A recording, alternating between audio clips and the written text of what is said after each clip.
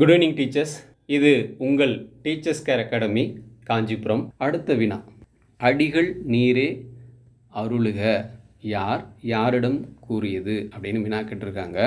இந்த வினாவும் விடையும் பார்த்தீங்கன்னா நம்ம டிசிஏ மெட்டீரியல் ரெஃபரன்ஸில் பேஜ் நம்பர் 207 இருக்குது டீச்சர்ஸ். பேஜ் நம்பர் 207 இருக்குது. இது சரியான விடை பார்த்தீங்கன்னா அடிகள் நீரே அருளுக. அடிகள் அப்படின்னு சொன்னாலே நமக்கு நினைவுக்கு வரணும் இளங்கோவடிகள். அப்போ இளங்கோவடிகளே நீரே இக்காப்பியத்தை அருளுக அப்படின்னு சொல்லும்போது சீத்தலை சாத்தனார் இளங்கோவடிகளிடம் கூறினார்.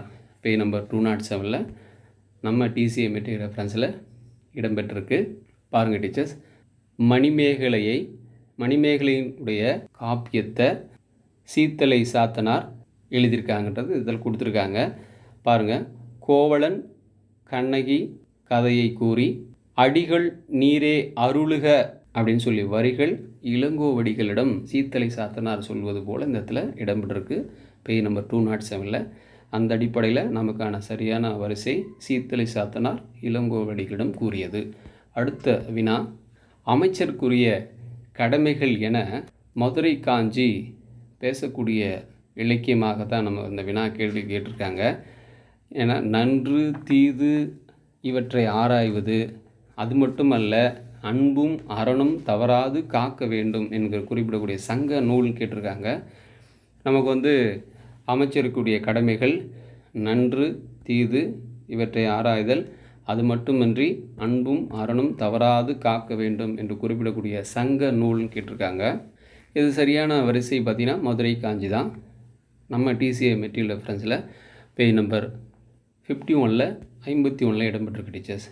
பாருங்கள், நன்றும் தீதும் ஆய்தலும் அன்பும் அறனும் காத்தலும் இந்த ஒரு இலக்கியம் மதுரை காஞ்சியில் இடம்பெற்றிருக்கு. வினாயன் 17. சரிங்களா டீச்சர்ஸ்? அடுத்த வினா பார்க்கலாம். 18. இந்த வினாவும் பார்த்திங்கன்னா டைரெக்டாகவே இடம்பெற்றிருக்கிறது. இந்த வினாவும், உணர்வு பொங்கி கவிதை படைக்கும் நேரங்களில் தடையாக விளங்கும் யாப்பு எளிதாக வடிவம் கொள்ள வித்திட்ட கவிஞர் யாருன்னு கேட்குறாங்க. உணர்வு பொங்கி கவிதை படைக்கும் நேரங்களில் தடையாக விளங்கும் யாப்பு எளிதாக வடிவம் கொள்ள வித்திட்ட கவிஞர் யாருன்னு ஒரு கேள்வி கேட்டிருக்காங்க. இது சரியான விடை பார்த்திங்கன்னா பாரதியார் தான். நம்ம படிச்சிருப்போம். நம்ம நினைவில் நிறுத்துவோம்ன்ற ஒரு ஆப்ஷனை நம்ம டிசிஏ மெட்டீரியல் ரெஃபரன்ஸில் எல்லா இடங்களிலுமே இடம்பெற்றிருந்தது. அந்த நினைவில் நிறுத்துவோம் என்ற ஒரு பகுதியில் பேஜ் நம்பர் 171 இந்த வினா இடம்பெற்றிருக்கு. இந்த வரிகள் பார்த்திங்கன்னா பாருங்கள், நினைவில் நிறுத்துவோம் பாரதியாருடைய பகுதியில் இந்த பாடல் இடம்பெற்றிருக்கு. பாரதியாருடைய பாடலாக திக்குகள் எட்டும் சிதறி இந்த டாபிக் மேலே உணர்வு பொங்கி கவிதை படைக்கும் நேரங்களில் தடையாக விளங்கும் யாப்பு எளிதாக வடிவம் கொள்ள வித்திட்ட கவிஞர்னு சொல்லி நம்ம இந்த டாப்பிக்கில் கொடுத்துருக்காங்க. அப்போ சரியான ஒரு விடை ஆப்ஷன் சி பாரதியார் என்பது சரியான விடை டீச்சர்ஸ். அடுத்தது நம்ம வினாயின் 19 போகலாம் டீச்சர்ஸ்.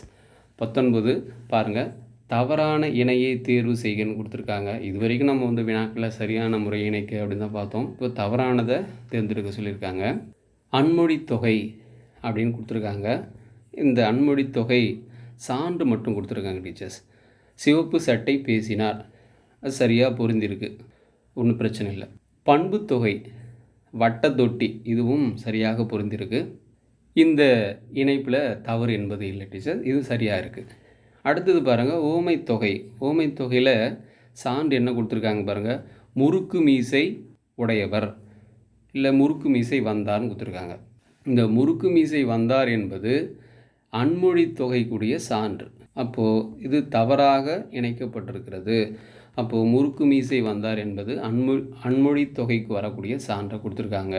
அப்போது ஓமை தொகைக்கு இந்த இடத்துல சான்று சரியாக பொருத்தப்படவில்லை. ஆப்ஷன் சி என்பது இந்த இடத்துல நம்ம சொல்லலாம் டீச்சர்ஸ். உண்மை தொகை அப்படின்னு சொன்னால் அண்ணன் தம்பி, இது சரியாக பொருந்திருக்கு. அப்போது உண்மை தொகைக்கு இரு சொற்களுக்கு இடையில் இறுதியிலும் என்ற சொல் மறைந்து வருவது உண்மை தொகைன்றது நம்ம படிச்சிருப்போம், அண்ணனும் தம்பியும். அப்போது என்ற சொல் மறைந்திருக்கு. அப்போது தவறான இணை தான் இங்கே கேள்வி கேட்டதுனால சி ஆப்ஷன் சரி. நம்ம டிசிஏ மெட்டீரியல் ரெஃபரன்ஸில் பேஜ் நம்பர் 67 இடம்பெற்றிருக்கு. பார்க்கலாம் டீச்சர்ஸ். பாருங்கள், ஃபஸ்ட்டு சிவப்பு சட்டை பேசினார், அன்மொழி தொகை கொடுத்துட்டாங்க. ரெண்டாவது வட்டத்தொட்டி ஆப்ஷன் பண்பு தொகை கொடுத்துட்டாங்க, சரியாக பொருந்திருக்கு. மூன்றாவது உவமை தொகை கேள்வி கேட்டிருக்காங்க, உவமை தொகை. ஆனால் ஆப்ஷன் வந்து பார்த்திங்கன்னா முறுக்கு மீசை வந்தார் அப்படின்னு சொல்லி கொடுத்துருக்காங்க, அப்போ தவறாக பொருத்திருக்கு. உவமை தொகை என்பது தவறாக பொருத்திருக்கு. அடுத்தது உண்மை தொகை பாருங்கள், அண்ணன் தம்பி, இது சரியாக பொருத்திருக்காங்க. நாலாவது, அப்போது சி ஆப்ஷன் தான் நமக்கு வந்து தவறான ஒரு இணையாக இருக்கிறது. அடுத்த வினா பார்க்கலாம் டீச்சர்ஸ். அடுத்த வினா 20வது, சரியான விடையை தேர்வு செய்யணும்னு கொடுத்துருக்காங்க. இந்த வினாவில் 2 கூற்றுகள் 3 கூற்றுகள் இடம்பெற்றிருக்கு. இந்த 3 கூற்றுகளில் சரியான விடையை தேர்வு செய்யணும்னு கொடுத்துருக்காங்க. பாருங்கள், மாப்போ சிவஞானம் சிலம்பு செல்வர் என்று போற்றப்படுபவர்.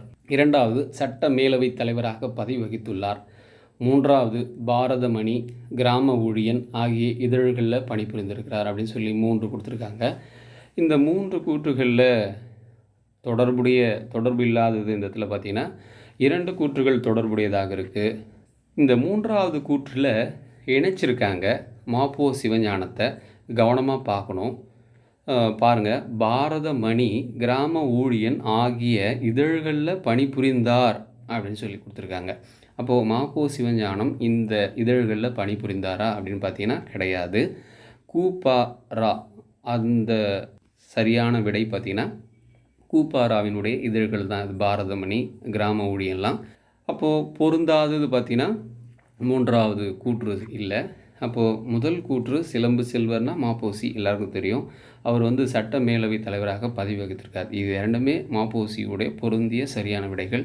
அப்போது 1ம் 2ம் என்பது தான் சரியான விடை டீச்சர்ஸ். இந்த வினாவும் விடையும் பேஜ் நம்பர் 49 இருக்குது, பார்க்கலாம் டீச்சர்ஸ்.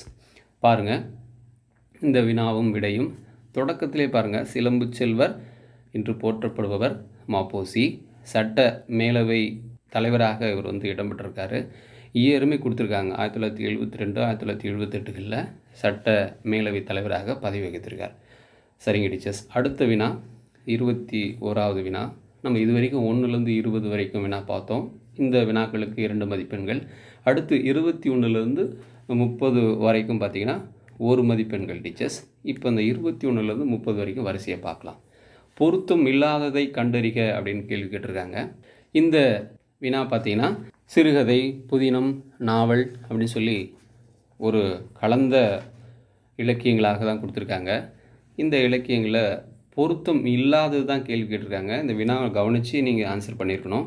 பொருத்தம் இல்லாதது, இப்போ சிறுகதை தொகுப்பு அப்படின்னு பார்க்கும்பொழுது இனிப்பும் கரிப்பும், அதாவது ஜெயகாந்தனுடைய இலக்கியங்களை இங்கே வரிசைப்படுத்தியிருக்காங்க. சிறுகதை தொகுப்பு, புதினங்கள், அடுத்தது குறும்புதினங்கள் வரிசைப்படுத்தியிருக்காங்க. அந்த அடிப்படையில் சிறுகதை தொகுப்பில் இடம்பெற்றிருக்கா அப்படின்னு பார்த்தீங்கன்னா இனிப்பு கருப்பு இடம்பெற்றிருக்கு.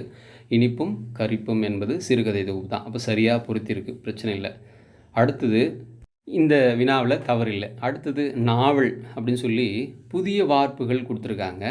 நாவல் வகையில் புதிய வார்ப்புகள் வருமானு பார்த்தீங்கன்னா கிடையாது. இதுவும் சிறுகதை தொகுப்பில் தான் இடம்பெற்றிருக்கு. அடுத்தது குறும்புதினம், பிரளயம் இடம்பெற்றிருக்கு அப்படின்னு பார்த்தீங்கன்னா பிரளயம் என்பது குறும்புதினங்கள் இடம்பெற்றிருக்கு. அடுத்தது புதினம், உன்னை போல் ஒருவன், இதுவும் சரியாக பொருந்திருக்கு. அப்போது புதிய வார்ப்புகள் என்பது சிறுகதை தொகுப்பில் இடம்பெற வேண்டியதை நாவல் சொல்லி பொருத்தமில்லாத கொடுத்ததுனால ஆப்ஷன் பி என்பது சரியான விடை டீச்சர்ஸ். இந்த வினாவும் விடையும் நம்ம டிசிஏ மெட்டீரியல் ரெஃபரன்ஸில் பேஜ் நம்பர் 56 இருக்குது, பார்க்கலாம் டீச்சர்ஸ். பாருங்கள், சிறுகதை தொகுப்புன்னு சொல்லி நம்ம வந்து பாக்ஸ் போட்டு கொடுத்துருக்கோம். அந்த அடிப்படையில் தொடக்கத்தில் சிறுகதை தொகுப்பில் இனிப்பும் கரிப்பும் பார்த்தோம், இருக்குது டீச்சர்ஸ். அடுத்தது புதிய வார்ப்புகள் என்பது சிறுகதை தொகுப்பில் இருக்குது, ஆனால் இங்கே நாவல்னு சொல்லி தவறானது கொடுத்துருந்தாங்க. இப்போ இதான் ஆன்சரை நம்ம வந்து சூஸ் பண்ணியிருந்தோம். அப்போ புதிய வார்ப்புகள் சிறுகதையில் தான் இருக்குது. குறும்புதினங்கள் அடிப்படையில் பிரளயம் இருக்குது. புதினங்களில் உன்னை போல் ஒருவன் இடம்பெற்றிருக்கு டீச்சர். அப்போது 21வது விடை ஆப்ஷன் பி என்பது தான் சரியானது. அடுத்தது 22வது பார்க்கலாம் டீச்சர்ஸ். மேற்கோள் கொடுத்துருக்காங்க. இந்த மேற்கோளில் கல்வியும் செல்வமும் பெற்ற பெண்கள் விருந்தும், அடுத்தது கோடிட்ட இடங்கள் கொடுத்துருக்காங்க, செய்வதாக கம்பர் குறிப்பிட்டுள்ளார். கம்பருடைய மேற்கோளாக இந்த வினா அமைந்திருக்கு.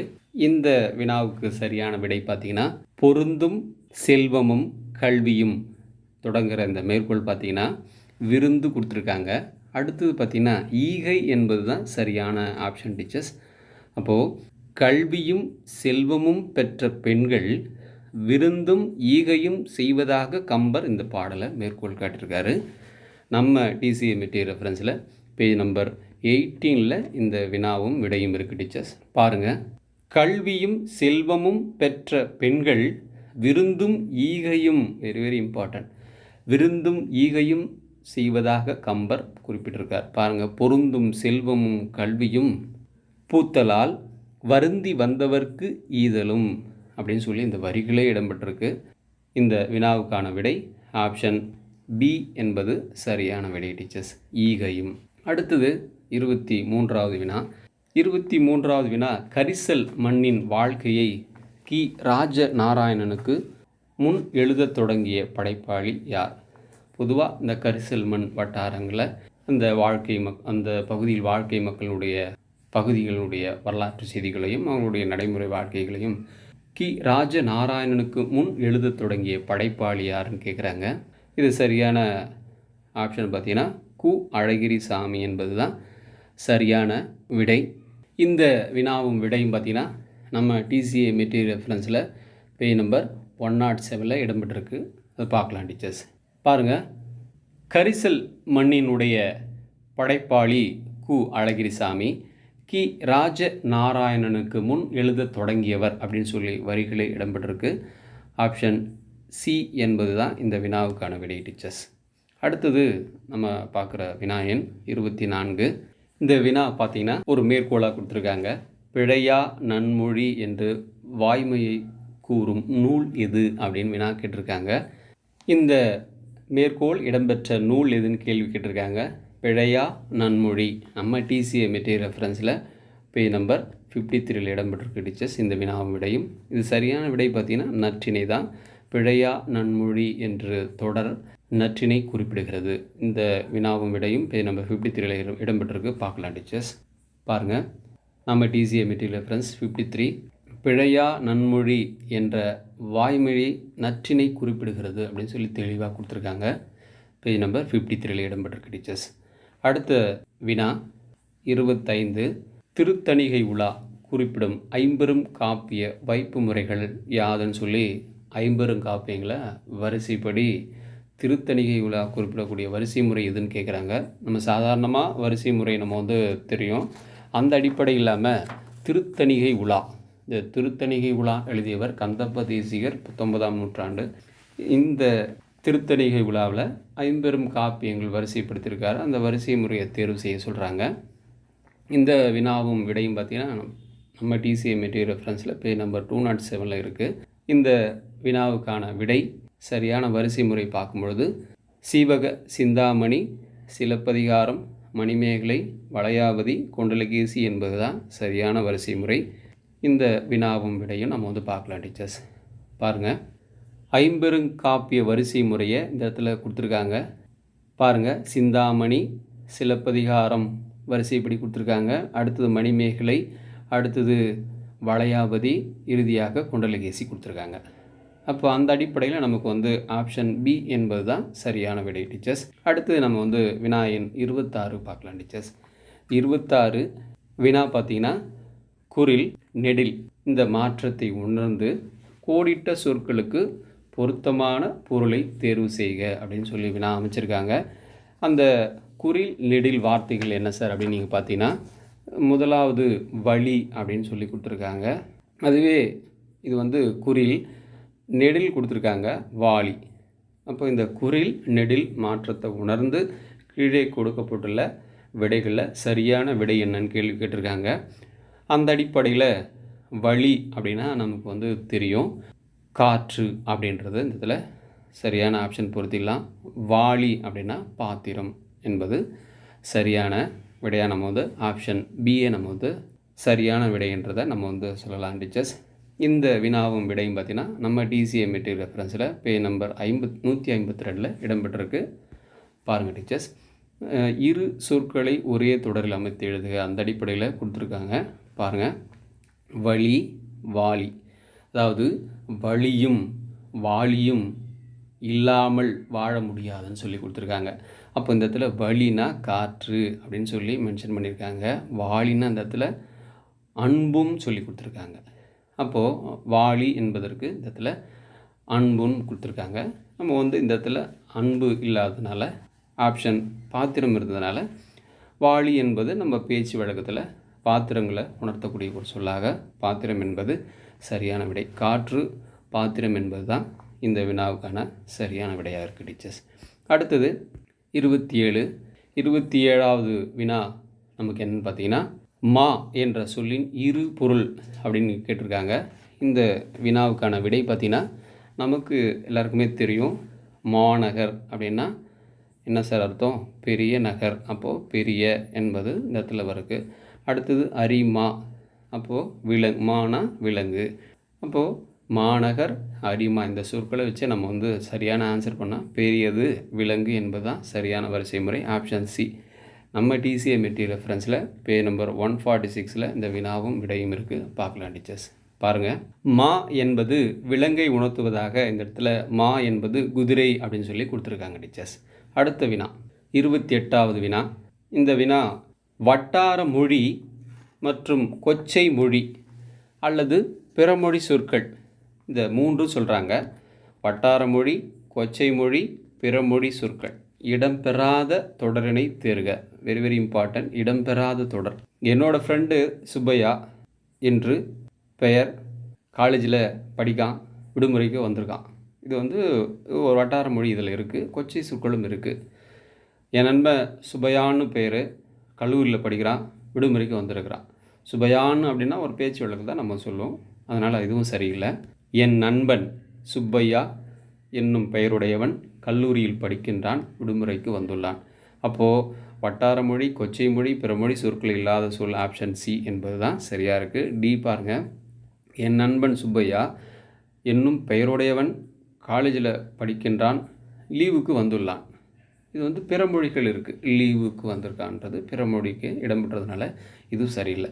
அப்போ ஆப்ஷன் சி என்பது சரியான விடை. இந்த வினா பார்த்தீங்கன்னா நம்ம டிசிஎம்இடி ரெஃபரன்ஸில் பேஜ் நம்பர் 110 இடம்பெற்றிருக்கு. பாருங்கள், இந்த வினா அப்படியே கொடுத்துருக்காங்க. என்னோடய ஃப்ரெண்டு சுப்பையான்னு பேர், காலேஜில் படிக்கான், லீவுக்கு வந்திருக்கான் அப்படின்ற சொல் அப்படியே இடம்பெற்றிருக்கு பேஜ் நம்பர் 110 நம்ம டிசிஎம்இடி ரெஃபரன்ஸில். அடுத்து 29வது வினா. போல செய்தல் பண்பு எந்த கலை, அதாவது எந்த நாட்டுப்புற கலைகளை இடம்பெறுக்கும் அப்படின்னு சொல்லி வினா கேள்வி கேட்டிருக்காங்க. போல செய்தல் என்கிற பண்பு எந்த நாட்டுப்புற கலைகளில் இடம்பெற்றிருக்கும்? ஃபார் எக்ஸாம்பிள் பாருங்கள், புலியாட்டம், பொய்க்கால் குதிரையாட்டம், தப்பாட்டம், கரகாட்டம். இந்த வரிசையில் போல செய்தல் என்கிற பண்பு எந்த நாட்டுப்புற கலைகளை உணர்த்தும் அப்படின்னு பார்த்தீங்கன்னா சரியான ஆப்ஷன் பார்த்தீங்கன்னா பொய்க்கால் குதிரையாட்டம் என்பது தான் சரியான விடை. நம்ம டிசிஎம்இடி ரெஃபரன்ஸில் பேஜ் நம்பர் 39 இடம்பெற்றிருக்கு டீச்சர்ஸ். பார்க்கலாம். பாருங்கள், பொய்க்கால் குதிரை ஆட்டம் டாபிக் இருக்குது. தொடக்கமே பாருங்கள், போல செய்தல் என்கிற பண்பு இடம்பெற்றிருக்கிறதுன்னு சொல்லி கொடுத்துருக்காங்க. அப்போ சரியான விடை பி ஆப்ஷன் என்பது தான் சரியான ஒரு விடை. போல செய்தல் என்பது பொய்க்கால் குதிரை ஆட்டம். அடுத்தது இறுதி வினா டீச்சர்ஸ் நம்ம பார்க்க போகிறது 30வது வினா. ஜெயகாந்தன் படைப்புகளுள் திரைப்படமான படைப்பு எதுன்னு கேள்வி கேட்டிருக்காங்க. ஜெயகாந்தனுடைய படைப்புகள் வரிசையாக கொடுத்துட்டாங்க. அந்த அடிப்படையில் அவருடைய படைப்புகளில் திரைப்படமான படைப்பு எதுன்னு சொல்லி கேள்வி கேட்டிருக்காங்க. ஆப்ஷன் பாருங்கள். ஊருக்கு 100 பேர், குருபீடம், ஒரு பிடிச்சோறு, இன்னும் ஒரு பெண்ணின் கதை. இன்னும் ஒரு பெண்ணின் கதை பார்த்திங்கன்னா இது வந்து ஒரு புதினமாக இடம்பெற்றிருக்கு. நம்ம வந்து படிச்சிருப்போம். இன்னும் ஒரு பெண்ணின் கதை என்பது அது ஒரு புதினமாக தான் இருந்து.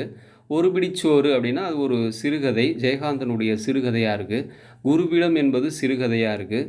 ஊருக்கு 100 பேர் என்பது இந்த ஆப்ஷனில் நமக்கு வந்து பார்த்திங்கன்னா ஜெயகாந்தன் படைப்புகளில் திரைப்படமான படைப்பாக ஊருக்கு 100 பேர் என்பது தான் சரியான விடை டீச்சர்ஸ். இந்த வினாவுக்கான விடை ஆப்ஷன் ஏ. இந்த வினாவுக்கான விடை பார்த்திங்கன்னா நம்ம டிசிஎம்இடி ரெஃபரன்ஸில் பேஜ் நம்பர் 56 இடம்பெற்றிருக்கு டீச்சர்ஸ்.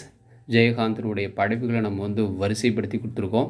சிறுகதை தொகுப்பு, புதினங்கள் அடிப்படையில் நம்ம வந்து வரிசைப்படி கொடுத்துருக்கோம். அந்த அடிப்படையில் ஊருக்கு 100 பேர் என்பது சரியான விடை டீச்சர்ஸ். நம்ம டிசிஏ மெட்டீரியல் ரெஃபரன்ஸில் பேஜ் நம்பர் 56 பார்க்கலாம் டீச்சர்ஸ். பாருங்கள், 56 இந்த திரைப்படமான படைப்புகள் அப்படின்னு ஒரு டாப்பிக்கே கொடுத்துருக்காங்க. இந்த ஃபிலிம்லேயே பார்த்தீங்கன்னா திரைப்படம் வெளியிடக்கூடிய இந்த ஃபிலிம் மாதிரியே ஒரு பிக்சர் கொடுத்து அந்த அடிப்படையிலே நம்ம வந்து சென்டராக அதில் இருக்குது. ஊருக்கு 100 பேர். ஆப்ஷன் ஏ என்பது ஜெயகாந்தன் படைப்புகளில் திரைப்படமான படைப்பு என்பது கொடுக்கப்பட்டுள்ளது டீச்சர்ஸ். பேஜ் நம்பர் 56 இடம்பெற்றிருக்கிறது. இதுவரைக்கும் கட்டாய தமிழ் தகுதி தேர்வில் பார்ட் ஏவில் நம்ம வந்து இது வரைக்கும் பார்த்தோம் டீச்சர்ஸ். அந்த அடிப்படையில் மொத்தம் 30 வினாக்களில் 27 வினாக்கள் நம்ம டிசிஎம்னுடைய தமிழ் மொழி இலக்கிய திறனறிவு தேர்வு புத்தகத்தில் இடம்பெற்றிருக்கிறதுன்றதை நம்ம வந்து முழுமையாக அனலைஸ் பண்ணி பார்த்தோம். அதற்கான உறுதியான விடையும் நம்ம வந்து பார்த்துருக்கோம் டீச்சர்ஸ். இந்த புத்தகத்தை கண்டிப்பாக நீங்கள் பெற்று இருப்பவர்கள் வெற்றியை பெற்று இருப்பவர்களாக கண்டிப்பாக இருப்பீங்க. தொடர்ந்து இதை பார்க்குற மற்ற தேர்வர்களும் இந்த புத்தகத்தை கண்டிப்பாக உங்களுடைய இல்லங்களிலும் உங்களுடைய உள்ளங்களிலும் இடம்பெற வேண்டும் என்பது டிசிஏவினுடைய மிகப்பெரிய ஒரு வெற்றியை தருவதற்கு ஒரு உறுதுணையாக இருப்போம் சொல்லி இந்த வீடியோவில் கட்டாய தமிழ் மொழி தகுதி தேர்வுடைய செய்திகளை பார்த்தோம். தொடர்ந்து வரும் வீடியோக்களில் அடுத்த தலைப்பு அடுத்த சப்ஜெக்டுகள் நம்ம வந்து வரிசையாக பார்க்கலாம் டீச்சர்ஸ். Thank you teachers.